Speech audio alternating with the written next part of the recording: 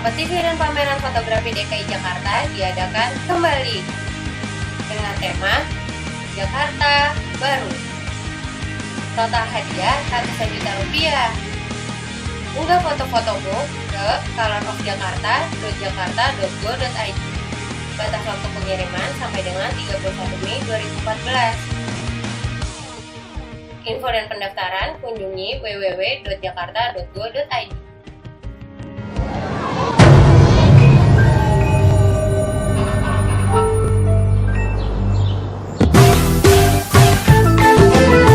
Jaga kebersihan. Hari gini buang sampah sembarangan.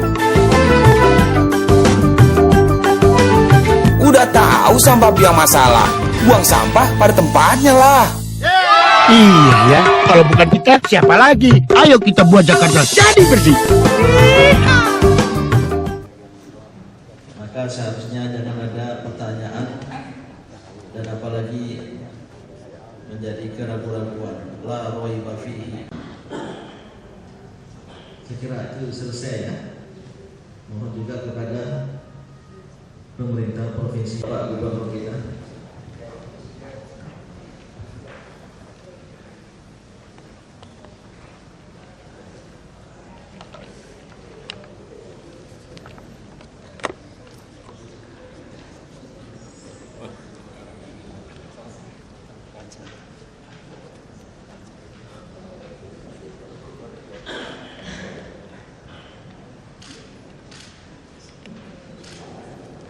alhamdulillah pada hari ini menurut istilah bahasa Arab ini sohib saya, kalau penyakit perut katanya dulu silaturahim. Silaturahmi kan ada HMI. Allah. Tapi saya pikir kedua-duanya boleh kita pakai dalam pengertian silaturahim. Kita semua, saya pribadi sangat berbahagia. Beliau dulu di Solo, alhamdulillah setiap saya hadiri sebuah acara, Bapak Wali Kota waktu itu selalu hadir. Dan termasuk terakhir ini sudah 2-3 kali, tidak salah, PPP Muhammadiyah. Termasuk yang terakhir, saya sangat berbahagia sekali bisa menjadi makmum dari Bapak Gubernur waktu sholat zuhur berjamaah di Masjid Muhammadiyah.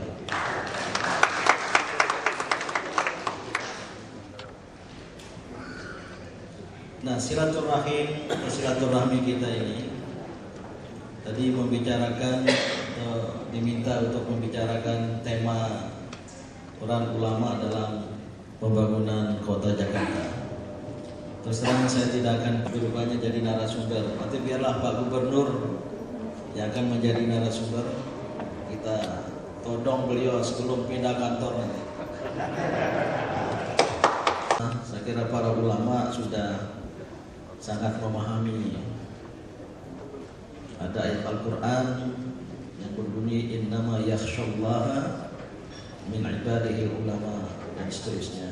Ada hadis al-ulama warathatul anbiya. Saya kira dari dua saja isyarat dari Al-Quran dan Al-Hadis tadi itu sudah sangat jelas. Ulama dari perspektif Al-Quran tadi itu bahwa dia hanya takut kepada Allah, ya. Hanya takut kepada Allah Subhanahu wa Ta'ala. Termasuk dalam pengertian dia akan takut kepada Allah kalau keulamaannya tidak benar. Kalau kehidupannya sebagai ulama, baik sebagai sumber pengetahuan keagamaan, baik sebagai seseorang yang menjadi panutan, itu kemudian tidak menjadi kenyataan. Di dalam ayat itu saya membaca ada pesan pertanggungjawaban yang berat. Dia tidak sekedar takut kepada Allah, menjadi orang yang, maka mohon sekali kita semua yang berpredikat ulama atau yang dijadikan sebagai ulama oleh umat, oleh masyarakat, untuk tidak main-main dengan jabatan ini, untuk tidak bermain-main dengan tugas tanggung jawab sebagai pimpinan, anggota maupun bagian dari Majelis Ulama Indonesia. Saya terus terang Pak Gubernur, ketika akan dikukuhkan sebagai Ketua Umum MUI, kalimat yang pertama saya sampaikan bukan alhamdulillah, tapi inna lillahi wa inna ilaihi raji'un. Sama halnya ketika pertama kali terpilih sebagai Ketua Umum Muhammadiyah dalam Muktamar 2005 di Malang.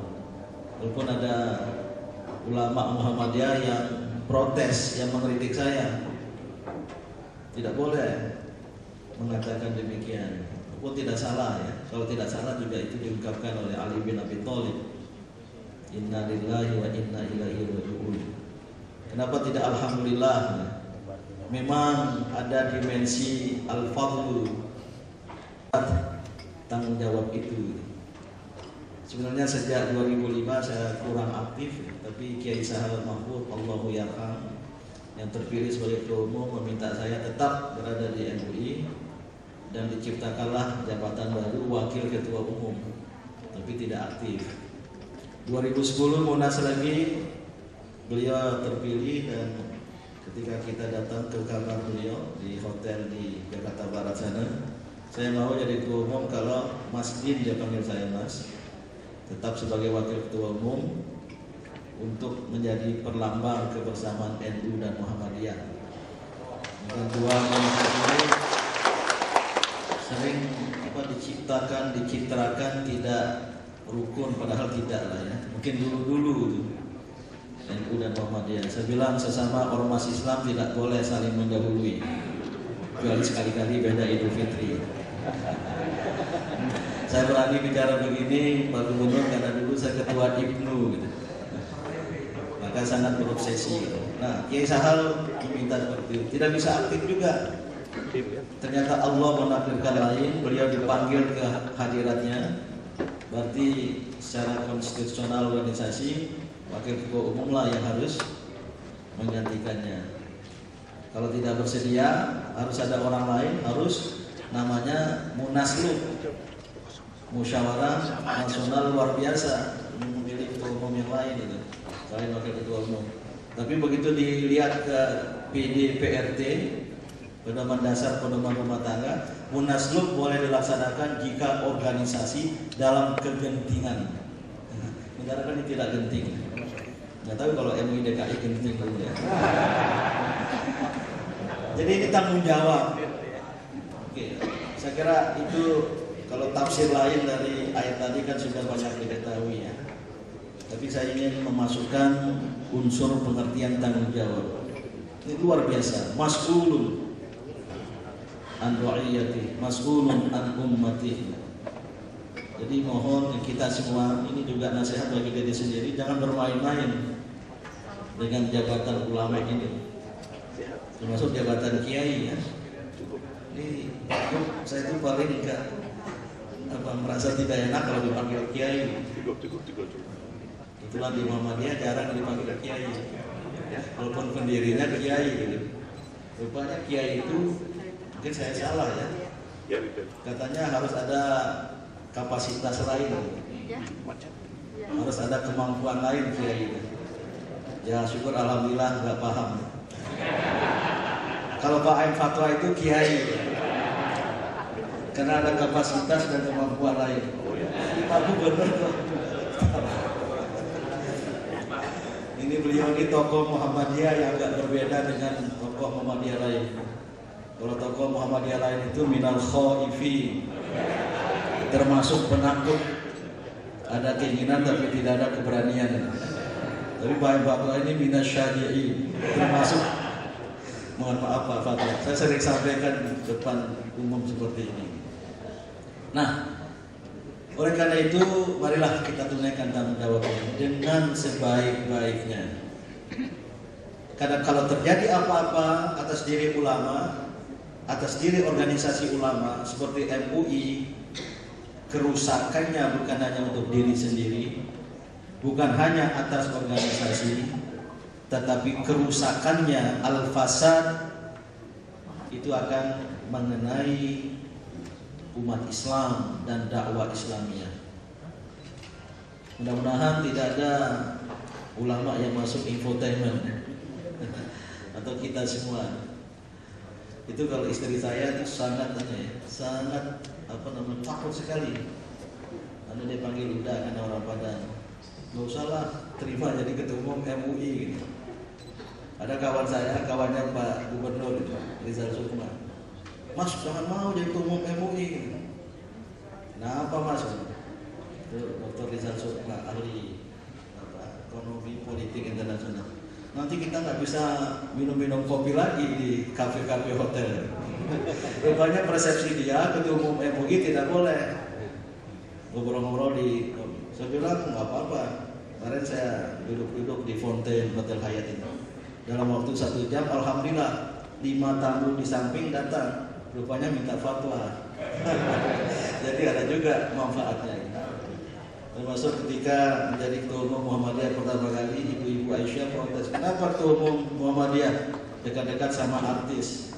Ada artis-artis yang ngaji di rumah saya siap Kamis malam itu. Ya udah, silakan apa bina mereka. Ternyata nggak bisa juga. Saya bilang ini penting untuk dakwah Islamiyah gitu.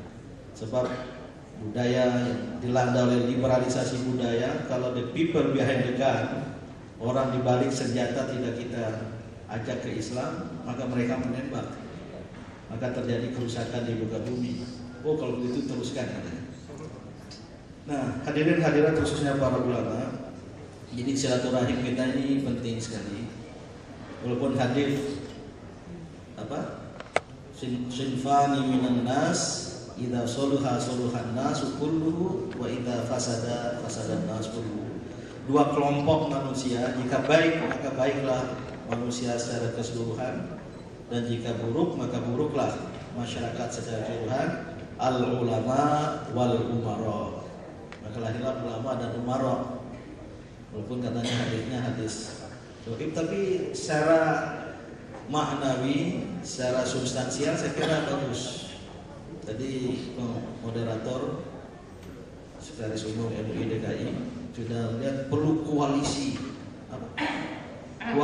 permanen antara ulama dan umara. Jadi Pak Gub, inilah koalisi sejati. Jadi kalau mau cari mitra koalisinya adalah ulama. Saya kira benar itu. Walaupun hadisnya lemah, tapi maknanya kan bagus. Dan keduanya haruslah berhubungan baik. Jadi Pemprov DKI dengan MUI DKI perlu terus-menerus berkoalisi. Tapi tadi belum apa-apa. Ini Bapak Ketua Umum, Pak Kiai, Pak Gubernur belum Bapak datang tadi itu. Wah itu hibah dari pemerintah belum turun, belum cair.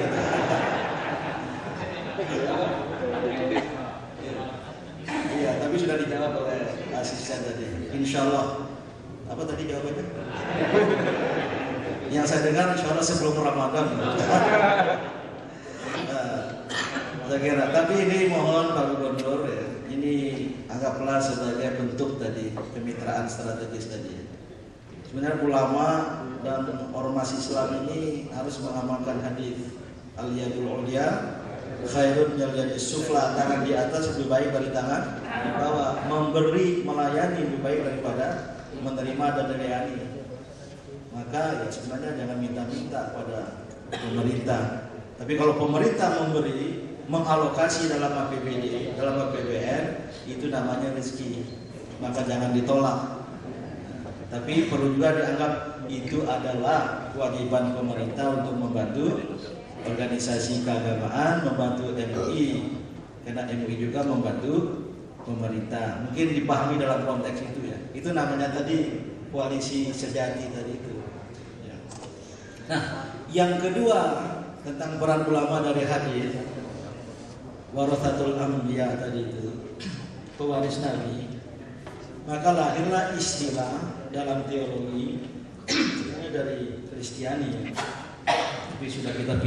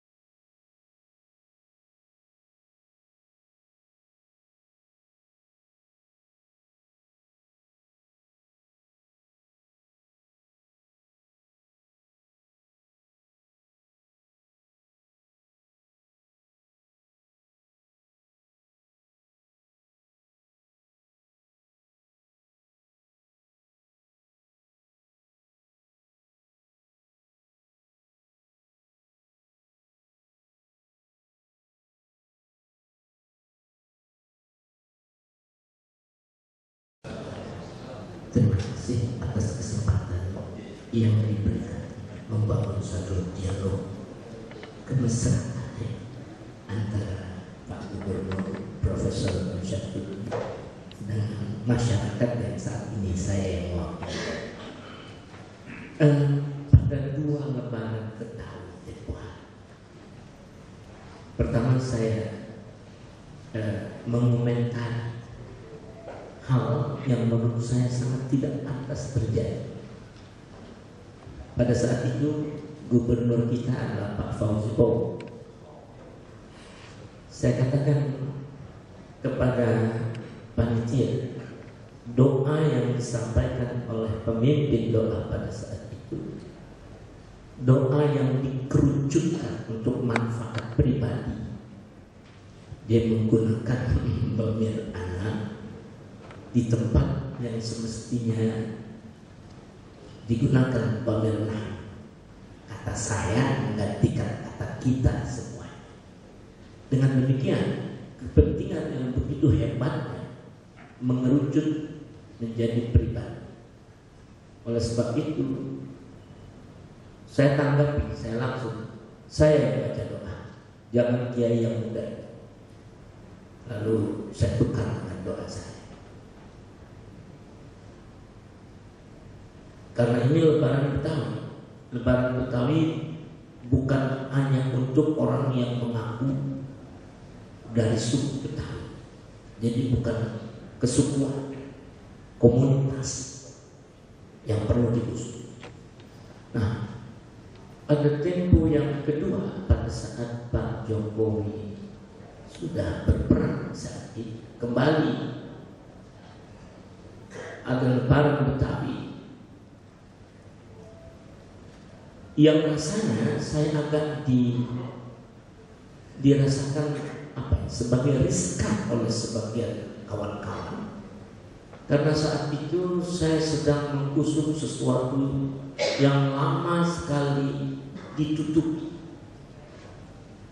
bahwa pada saat-saat tertentu Rasulullah Sallallahu Alaihi Wasallam ternyata tidak begitu saklek dalam mengekspos kesesatan Yahudi yang umum dipunyai oleh umat Islam. Bila Yahudi salah mutlak, siapakah dia? Betapakah dia? Saat itu yang saya munculkan bukan Yahudi yang salah mutlak, tapi Yahudi yang diundang oleh Rasul. Dalam undangan, man yajudu bil man, siapakah yang bermurah hati memberikan kepada saya sedikit air.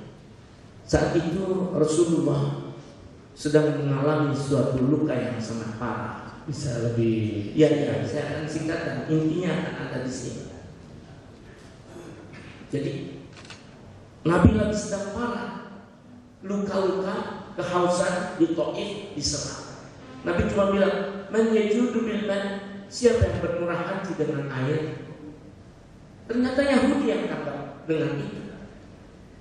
Dia datang dan memberikan segelas air yang diminum oleh Rasul. Rasulullah berdoa agar orang ini dibuat cantik oleh Allah. Jammalahu, semoga Allah menampakkan dia, membuat dia menjadi tampan. Itu kan doa dari Rasul. Nah, belakangan mengekspos kejahatan Yahudi sebegitu hebatnya, melupakan sesuatu yang terjadi. Dari sisi lain, betapa Yahudi juga bisa tampil dalam suatu keindahan, dan ini nggak perlu untuk selalu dipangkas dengan ucapan pokoknya kalau Yahudi udah brengsek semuanya masuk neraka. Karena informasi yang terakhir yang saya dengar dari di PBNU bahwa Pak Din Syafruddin juga dengar itu atau tidak, saya juga berharap komentar dari antum Pak Profesor. Jadi ternyata belakang ini sesudah dihancurkannya gedung itu sumbangan terhebat dan paling manfaat buat dunia Islam adalah sumbangan seorang jutawan, seorang yang kaya raya dari Yahudi memberikan sebidang tanah yang termahal di Amerika. Saya kaget juga jadinya. Saya tanya ini Yahudinya namanya siapa? Disebut namanya tapi saya tidak hafal mana itu. Maksud saya ini kesimpulan. Ada dua hal yang saya tunjukkan kepada masyarakat kita yang semestinya menjadi satu perhatian yang penting bagi Bapak Gubernur Jokowi dan bagi Bapak Profesor kita yang sangat arif dalam soal-soal. Jangan lupakan sejarah itu kan, khairul umuri awsatuha juga ditengarai sebagai inspirasi yang datang dari negeri sebelah. Katanya itu kan lebih populer pada masyarakat Yunani. Banyak macam-macam. Sampai yang barusan polis-polisan itu juga dibuat seperti itu. Baik. Ya, oke, itulah kesimpulan. Baik. Nah, saya nggak komentarin lagi ya, bisa disimpulin. Allah. Terima kasih. Yang kedua Pak Fatwa, karena waktu yang terbatas. Jadi Pak Gu, ini mohon maaf beliau akan meninggalkan satu lagi terakhir. Baik, ini Pak Bismillahirrahmanirrahim. Assalamualaikum warahmatullahi wabarakatuh. Pak Gubernur, Pak Din, para ulama sekalian. Saya ini sebenarnya dari sudut ilmu saya bukan ulama, ya. Tapi saya kira selama ini saya diposisikan atau memposisikan diri sebagai penghubung antara ulama dan umarok. Nah, saya langsung saja ingin sedikit meresponi dari apa yang sudah ditegaskan oleh Ketua Umum MUI Pusat yang tadi, bahwa tidak ada lagi keraguan di dalam persoalan pengurus Majelis Ulama DKI yang baru. Tidak ada keraguan lagi. Jadi mohon penegasan MUI Pusat ini yang selama ini dianggap ada keraguan dari kalangan birokrasi,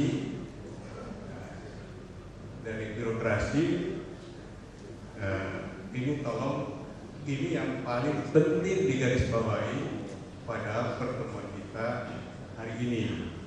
Ya.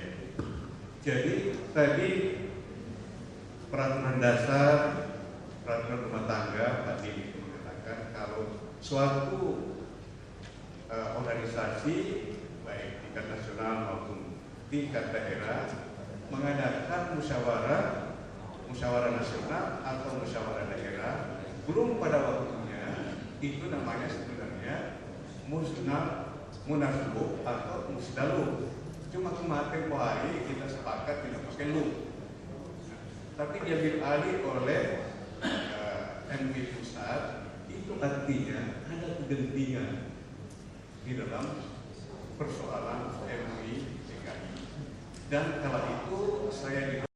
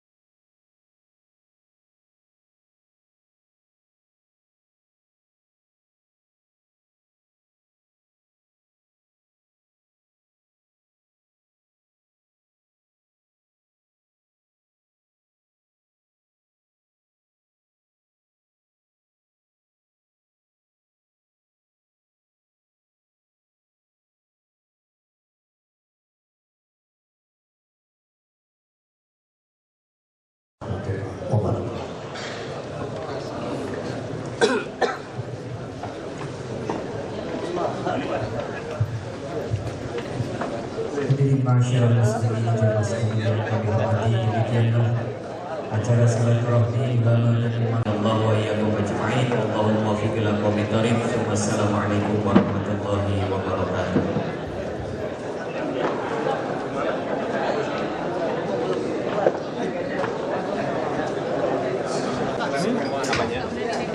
namanya?